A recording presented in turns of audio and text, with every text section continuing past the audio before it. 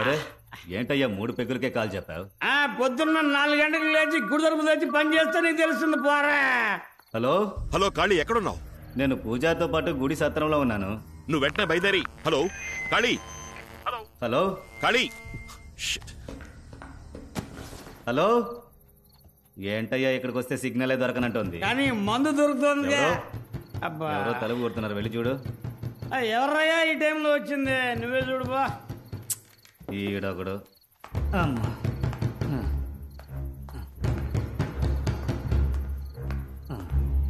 ఉండనయ్యా, వస్తున్నాను.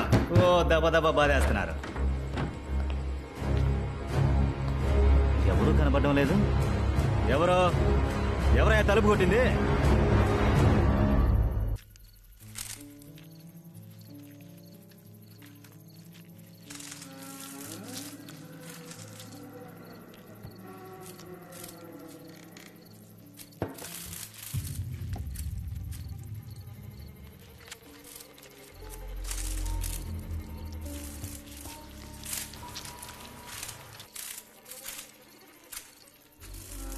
మణి లేవయ్యా.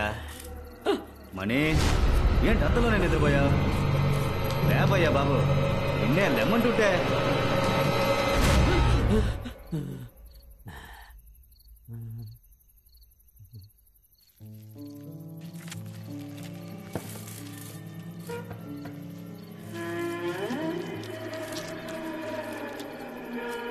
మణి మణి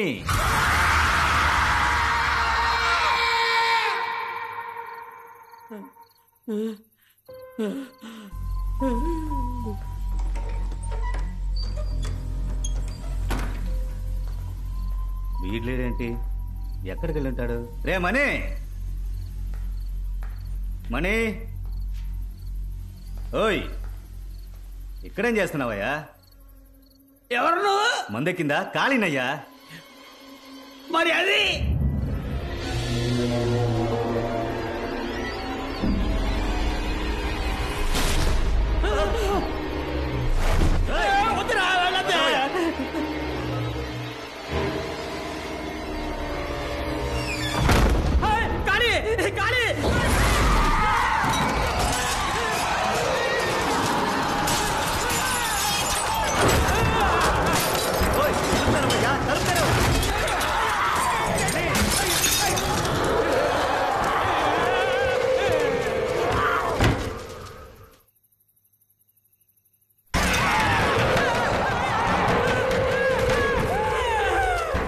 మణి ఆటలాడకు, తలుపు తెరు.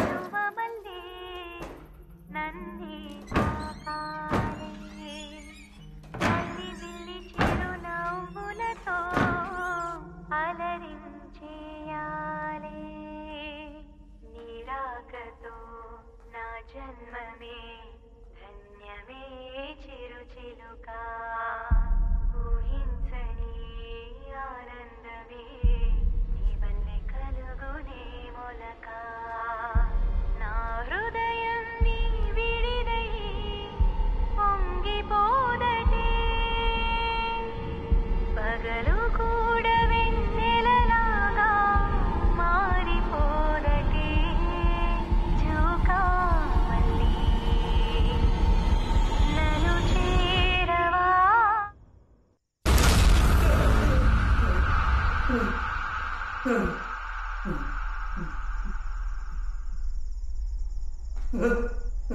ఎవరది? ఎవరు? అడుగుతున్నాగా, ఎవరది?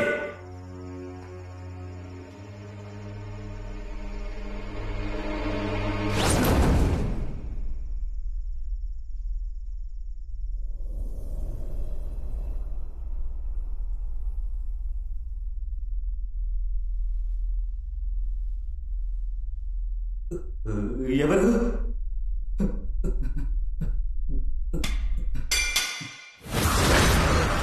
కాళీ, రే కాళీ, కాళీ.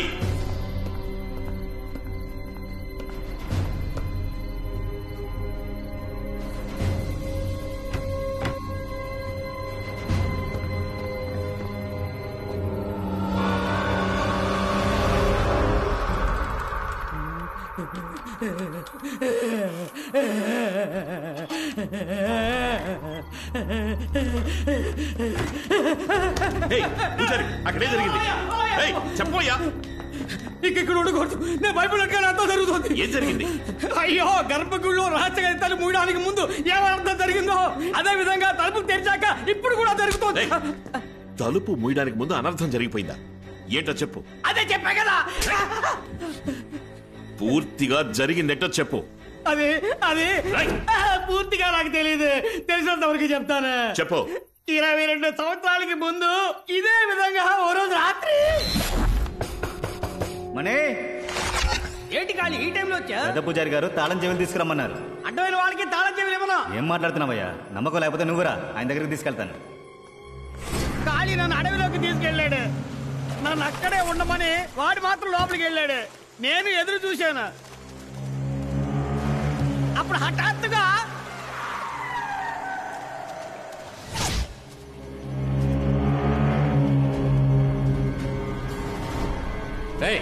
నువ్వు ఇక్కడేం చేస్తున్నావు? కార్ దగ్గరికి వెళ్ళు. వెళ్ళవయ్యా. జాగ్రత్త. నువ్వు ఇక్కడే ఉండు.